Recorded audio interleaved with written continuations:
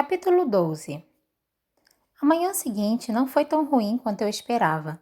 Zoya já estava no salão de teta abobadado quando entrei. Ela se sentou no final da mesa dos conjuradores e tomou seu café da manhã em silêncio. Não olhou para cima quando Marie e Nadia me cumprimentaram e eu também fiz o meu melhor para ignorá-la. Aproveitei cada passo da minha caminhada até o lago. O sol estava brilhando, o ar batia frio nas minhas bochechas e eu não estava olhando para os confins sem janela e abafados da cabana de Bagra. Mas quando galguei os degraus até sua porta, ouvi vozes falando alto. Hesitei e então bati suavemente. As vozes se aquietaram de repente e, um momento depois, empurrei a porta e espiei o lado de dentro. O Darkling se encontrava de pé perto do forno a lenha de Bagra, com uma expressão furiosa. Desculpe, falei e comecei a recuar pela porta. Mas Bagra simplesmente disparou. Para dentro, menina, não deixe o calor sair. Quando entrei e fechei a porta, o Darkling fez uma mesura sutil. Como você está, Alina? Estou bem, respondi. Ela está bem, Bagra piou. Ela está bem. Ela não consegue iluminar um corredor, mas está bem. Eu estremeci e desejei poder desaparecer nas minhas botas. Para minha surpresa, o Darkling disse, deixa-a em paz. Os olhos de Bagra se estreitaram. Você gostaria disso, não gostaria? O Darkling suspirou e passou as mãos pelo seu cabelo escuro exasperado. Quando olhou para mim, havia um sorriso pesaroso em seus lábios e seu cabelo seguia em todas as direções. Bagra tem seu próprio jeito de fazer as coisas, disse ele. Não me subestime, garoto. A voz dela estalou como um chicote. Para minha surpresa, vi o Darkling se levantar ainda mais reto e o olhar zangado, como se estivesse se contendo. Não me censure, velha, disse ele com uma voz baixa e perigosa. Uma energia raivosa percorreu a sala. No que eu tinha me enfiado, estava pensando em sumir pela porta e deixá-los terminar qualquer que fosse a discussão que eu havia interrompido quando a voz de Bagra soou de novo. O garoto está pensando em dar um amplificador para você, disse ela. O que você acha disso, menina? Foi tão estranho ouvir o Darkling ser chamado de garoto que levei um momento para entender o que ela queria dizer. Mas quando consegui, fui tomada de esperança e alívio. Um amplificador. Porque eu não tinha pensado nisso antes? Porque eles não tinham pensado nisso antes? Bagra e o Darkling conseguiam me ajudar a evocar o meu poder por serem amplificadores vivos. Então, por que não ter o meu próprio amplificador, como as garras de urso de Ivan ou o dente de foca que eu tinha visto no pescoço de Marie? Acho uma ideia brilhante, exclamei mais alto do que pretendia. Bagra fez um som de desgosto. O Darkling lançou um olhar afiado, mas se voltou para mim em seguida. Alina, você já ouviu falar do rebanho de Morozov? Alina, você já ouviu falar do rebanho de Morozova? Claro que já ouviu. Ela também já ouviu falar sobre os unicórnios e os dragões de Churran, disse Bagra ironicamente. Um olhar de fúria passou pelo rosto do Darkling, mas então ele pareceu se controlar. Posso trocar umas palavras com você, Alina? Ele pediu educadamente. É claro, gaguejei.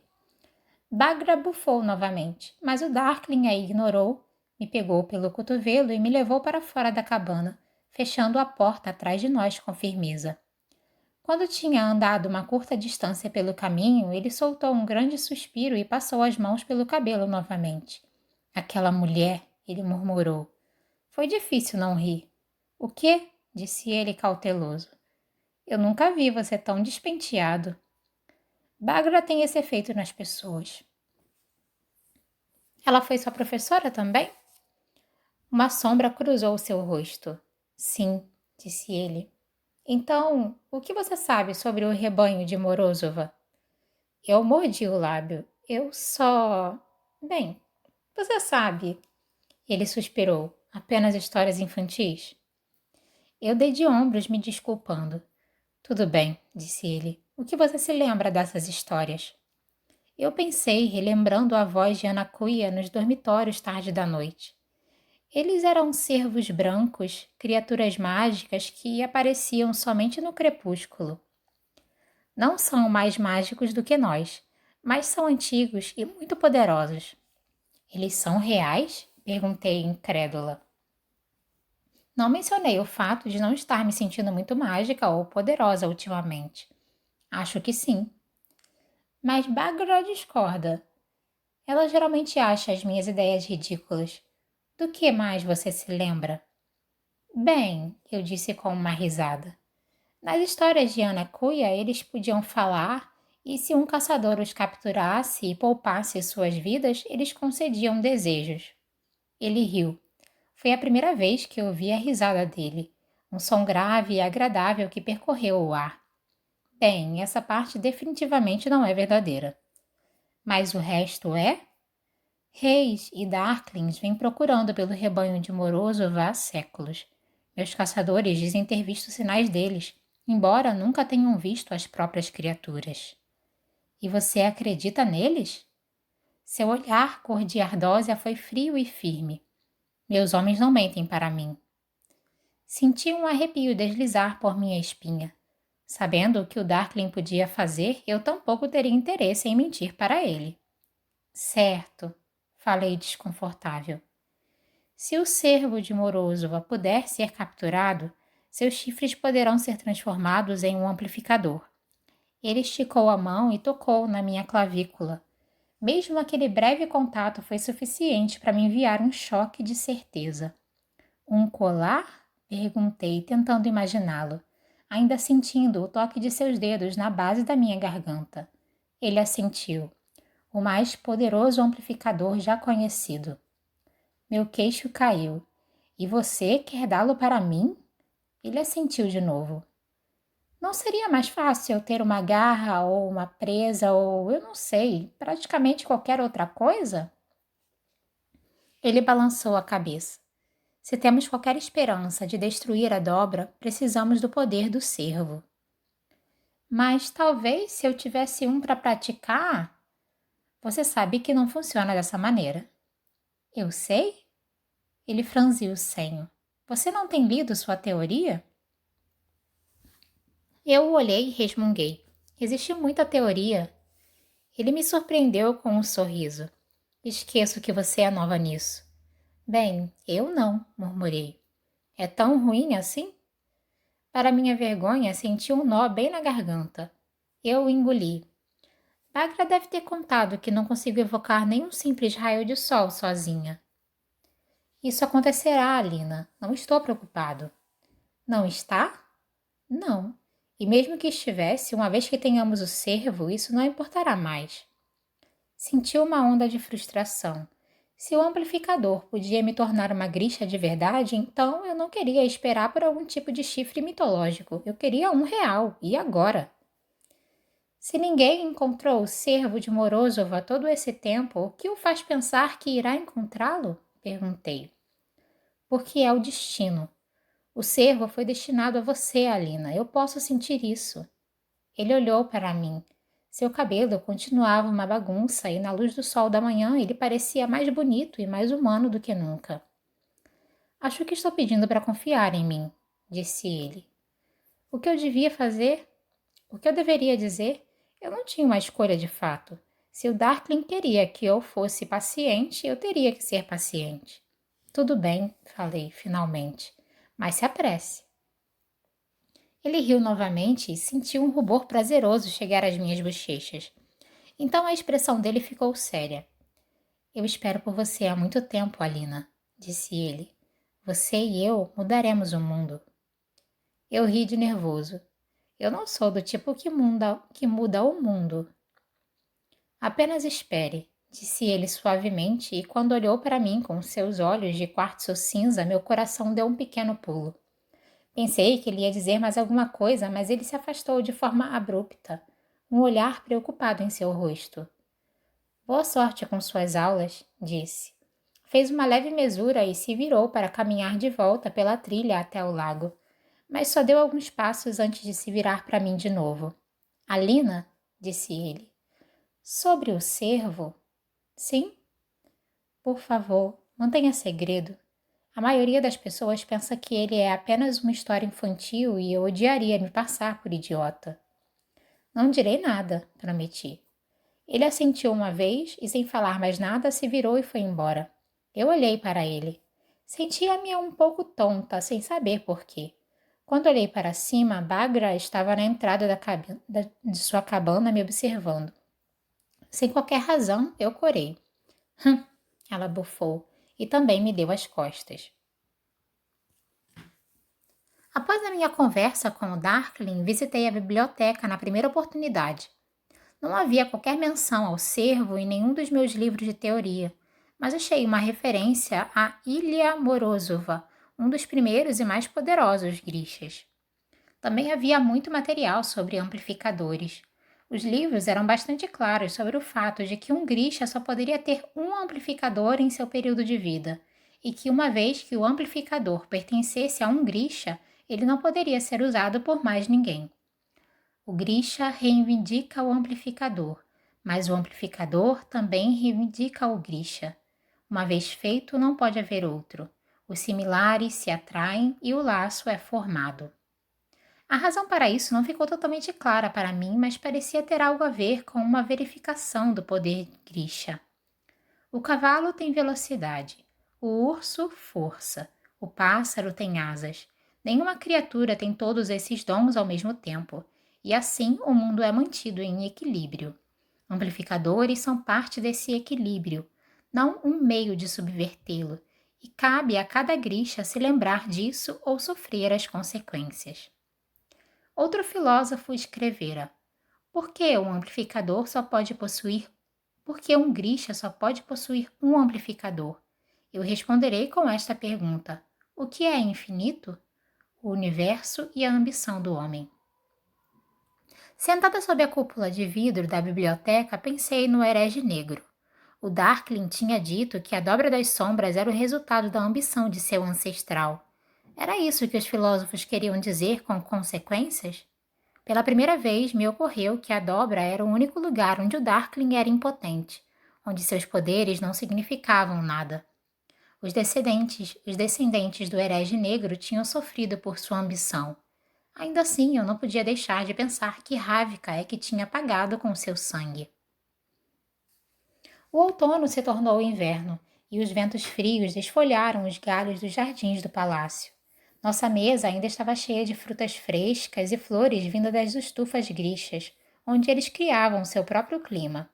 Mas mesmo ameixas suculentas e uvas roxas fizeram pouco para aumentar meu apetite. De alguma forma, pensei que a minha conversa com Darkling poderia mudar algo em mim.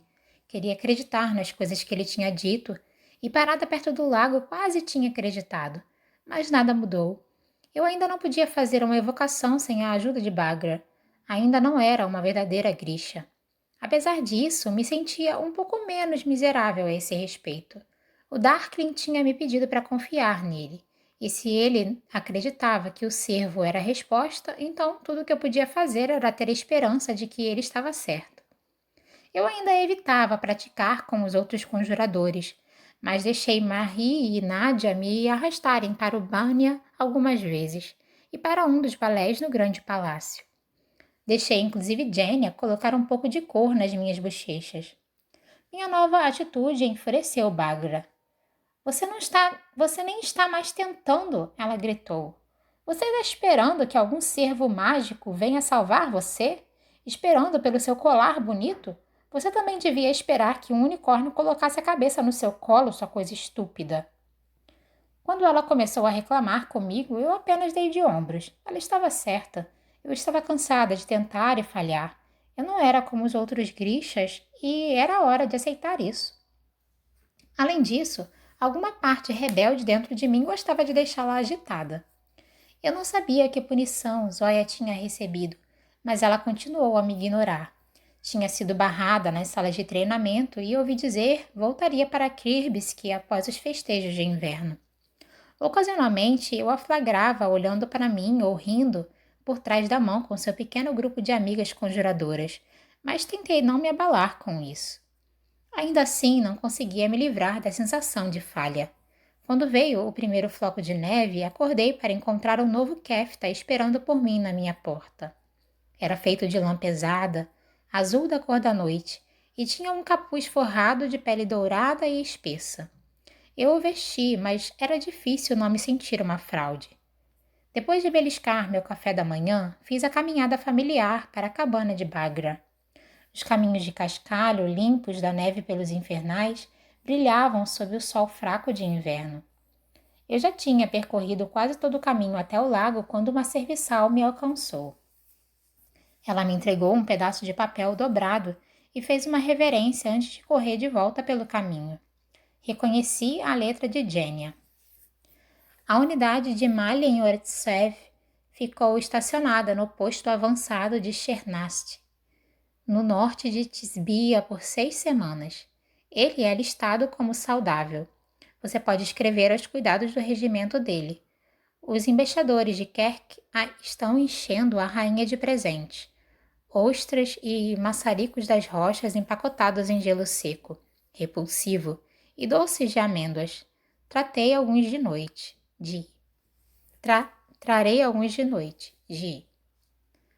Mal estava em Tisbia. Ele estava a salvo, vivo, longe do combate, provavelmente caçando nos jogos de inverno.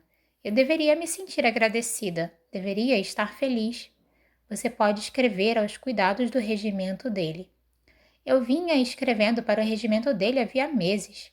Pensei na última carta que tinha enviado. Querido Mali, tenho escrito para você. Não ouço falar de você, então assumo que conheceu e se casou com um Volcra e que está vivendo confortavelmente na dobra das sombras, onde você não tem nem luz nem papel para me escrever de volta. Ou, possivelmente, sua noiva comeu suas 2 mãos. Eu tinha preenchido a carta com descrições de Botkin, do cão fungador da rainha e do curioso fascínio dos grixas pelos hábitos dos camponeses. Tinha contado a ele sobre a bela Genia e sobre os pavilhões perto do lago, além da maravilhosa cúpula de vidro da biblioteca.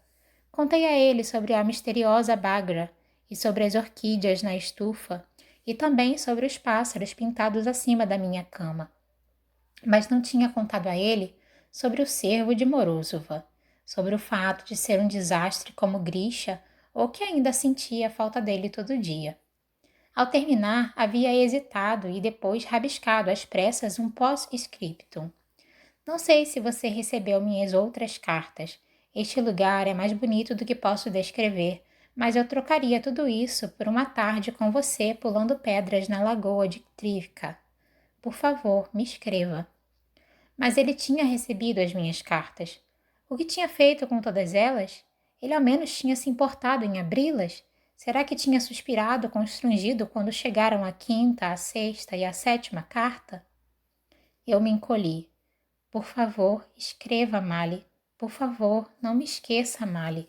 Patético, pensei, esfregando lágrimas de raiva. Eu olhei para o lago. Ele começava a congelar. Pensei no riacho que corria pela propriedade do Duque Karamzov. A cada inverno, Mali e eu esperávamos o riacho congelar para andarmos de patins sobre ele. Eu amassei o bilhete de Genia na minha mão. Não queria mais pensar em Mali. Gostaria de poder apagar cada lembrança de Keramzi. Mais do que tudo, desejava correr de volta para o meu quarto e dar uma bela chorada. Mas não podia. Tinha que gastar mais uma manhã miserável e sem sentido com Bagra. Desci calmamente pela trilha do lago, então fui batendo os pés até a cabana de Bagra e abri a porta. Como de costume, ela estava sentada perto da lareira, aquecendo seu corpo ossudo com o calor das chamas. Eu me joguei na cadeira em frente a ela e aguardei. Bagra deixou escapar uma risada curta. Então hoje você está com raiva, garota. O que está deixando você assim? Cansou de esperar pelo seu cervo branco mágico? Eu cruzei os braços e não disse nada. Fale algo, garota. Em qualquer outro dia eu teria mentido, dito que não estava bem, dito que estava bem, apenas cansada. Mas acho que havia alcançado meu ponto de exaustão porque disparei. Eu estou de saco cheio disso tudo, disse raivosa. Não aguento mais comer arroz com arenque no café da manhã. Não aguento mais vestir esse kefta estúpido. Não aguento mais ser espancada pelo Botkin e não aguento mais você. Pensei que ela ficaria furiosa, mas em vez disso, ela apenas me observou. com a cabeça pendendo para um lado e seus olhos negros brilhando na luz do fogo. Ela parecia um pardal maldoso. Não, ela disse devagar. Não, não é isso. Tem mais alguma coisa. O que é? A pobre garotinha está com saudade de casa? Eu bufei. Saudade de quê? Me diga você, garota. O que é tão ruim sobre a sua vida aqui? Novas roupas, uma cama macia, comida quente, toda a refeição, a chance de ser o bichinho de estimação do Darkling? Eu não sou o bichinho de estimação dele. Mas você quer ser, ela zombou. Não tente mentir para mim. Você é como todas as outras. Eu vi o modo como você olha para ele. Minhas bochechas pegaram fogo e pensei em acertar Bagra na cabeça com seu próprio cajado. Milhares de meninas venderiam as próprias mães para estarem no seu lugar. E ainda assim você está aqui, infeliz e amuada como uma criança. Então me diga, garota, pelo que seu coraçãozinho está tão ansioso? Pelo que seu coraçãozinho triste está ansiando? Ela estava certa, é claro. Eu sabia muito bem que estava com saudade do meu melhor amigo, mas não contaria isso para ela. Eu me levantei chutando minha cadeira para trás com um estrépito. Isso é uma perda de tempo. É? O que mais você tem para fazer nos seus dias? Mapas? Buscar tintas para algum cartógrafo velho? Não há nada de errado em ser uma cartógrafa. É claro que não. E também não há nada de errado em ser um lagarto, a menos que você tenha nascido para ser um falcão. Eu já aguentei o suficiente, resmunguei, e me virei de costas para ela. Estava prestes a chorar e me recusava a fazer isso na frente daquela velha rancorosa. Aonde você vai? Ela me chamou com sua voz irônica. O que espera por você lá fora? Nada, eu gritei para ela. Ninguém! Assim que eu disse isso, a verdade das palavras me acertou tão forte que eu fiquei sem ar. Eu agarrei a maçaneta, me sentindo tonta de repente. Naquele momento, a lembrança dos examinadores grixas voltou veloz para mim. Estou na sala de estar em Keranzi. O fogo está aceso na lareira. O homem corpulento de azul tinha me agarrado e me puxado para longe de Mali. Eu sinto os dedos de Mali deslizarem enquanto sua mão se solta da minha. O jovem de roxo pega Mali e o arrasta para a biblioteca, batendo a porta atrás dele. Eu chuto e me debato e posso ouvir Mali gritando meu nome. O outro homem me segura. A mulher de vermelho desliza a mão dela em torno do meu pulso. Eu sinto um fluxo repentino de certeza pura me inundar. Paro de lutar. Um chamado me invade. Algo em mim se ergue para responder. Eu não posso respirar. É como se eu estivesse chutando no fundo de um lago, quase chegando à superfície, meus pulmões doendo por precisarem de ar. A mulher de vermelho me observa de perto, seus olhos estreitos.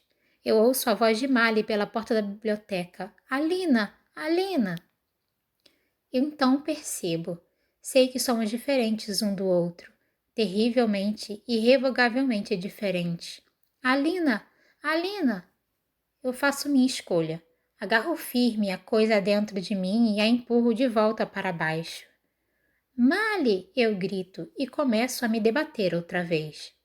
A mulher de vermelho tenta manter meu pulso preso, mas eu me remexo e reclamo até ela me soltar. Eu me inclinei sobre a porta da cabana de Bagra tremendo. A mulher de vermelho era uma amplificadora, por isso o chamado do Darkling tinha soado familiar, mas eu tinha dado um jeito de resistir a ela. Finalmente eu entendia. Antes de Mali, Keranzi tinha sido um lugar de horrores, longas noites chorando no escuro, crianças mais velhas me ignorando, quartos frios e vazios. Mas então Mali chegou e tudo aquilo mudou. Os corredores escuros se tornaram lugares para se esconder e brincar. Os bosques solitários se tornaram lugares a serem explorados. Keranzi se tornou nosso palácio, nosso reino, e eu não estava mais com medo. Mas os examinadores grixas teriam me levado de Keranzi. Eles teriam me afastado de Mali, e ele tinha sido a única coisa boa do meu mundo. Então fiz minha escolha. Eu pressionei meu poder para baixo e o segurei lá a cada dia, com toda a minha energia e força de vontade, sem nem mesmo perceber. Tinha usado cada parte de mim para manter esse segredo. Eu me lembrei de ficar de pé na janela com Mali, vendo os grixas partirem em seu trenó e do quanto eu me sentia cansada. Na manhã seguinte, acordei e encontrei círculos escuros embaixo dos meus olhos. Eles permaneceram lá desde então. E agora? Eu me perguntei, pressionando minha testa contra a madeira fria da porta, o corpo inteiro tremendo. Agora Mali tinha me deixado para trás. A única pessoa no mundo que me conhecia de verdade tinha decidido que eu não valia o esforço de umas poucas palavras. Mas eu ainda me reprimia. Apesar de todos os luxos do pequeno palácio, apesar dos meus poderes recém-descobertos, apesar do silêncio de Mali, eu ainda me reprimia. Bagra estava certa. Pensei que estava fazendo um grande esforço, mas no fundo uma parte de mim só queria voltar para casa com Mali. Alguma parte de mim desejava que tudo isso tivesse sido um engano, que o Darkling percebesse seu erro e me enviasse de volta para o regimento, que Mali percebesse o quanto tinha sentido a minha falta, que nós envelhecêssemos juntos em nosso prado. Mali tinha seguido com a vida, mas eu continuava assustada diante daquelas 3 figuras misteriosas segurando firmemente a mão dele. Era hora de seguir em frente. Naquele dia, na dobra das sombras, Mali tinha salvado a minha vida e eu a dele. Talvez aquele momento estivesse destinado a ser o nosso fim. O pensamento me encheu de tristeza. Tristeza pelos sonhos que compartilhávamos, pelo amor que sentíamos, pela menina esperançosa que eu jamais seria novamente. Aquela dor me inundou, dissolvendo um nó que eu nem sabia que estava lá. Fechei meus olhos, senti as lágrimas deslizarem pelas bochechas e alcancei a coisa dentro de mim que eu tinha mantido escondida por tanto tempo. Desculpe-me, sussurrei para ela. Desculpe-me por ter te deixado tanto tempo no escuro. Desculpe-me, mas agora estou pronta. Eu chamei e a luz respondeu. Senti a luz fluindo de mim em todas as direções, deslizando sobre o lago, deslizando sobre as cúpulas douradas do pequeno palácio, por baixo da porta e através das paredes da cabana de Bagra. Eu a senti por toda parte. Abri minhas mãos e a luz floresceu direto de mim, preenchendo a sala, iluminando as pedras de pedra, o velho forno a lenha e cada ângulo do rosto estranho de Bagra. Ela me envolveu, resplandecendo com calor, mais poderosa e mais pura do que nunca, porque ela era toda minha. Eu queria rir, cantar, gritar. Finalmente havia algo que pertencia total e completamente a mim. Ótimo, disse Bagra, olhando a luz do sol. Agora podemos trabalhar.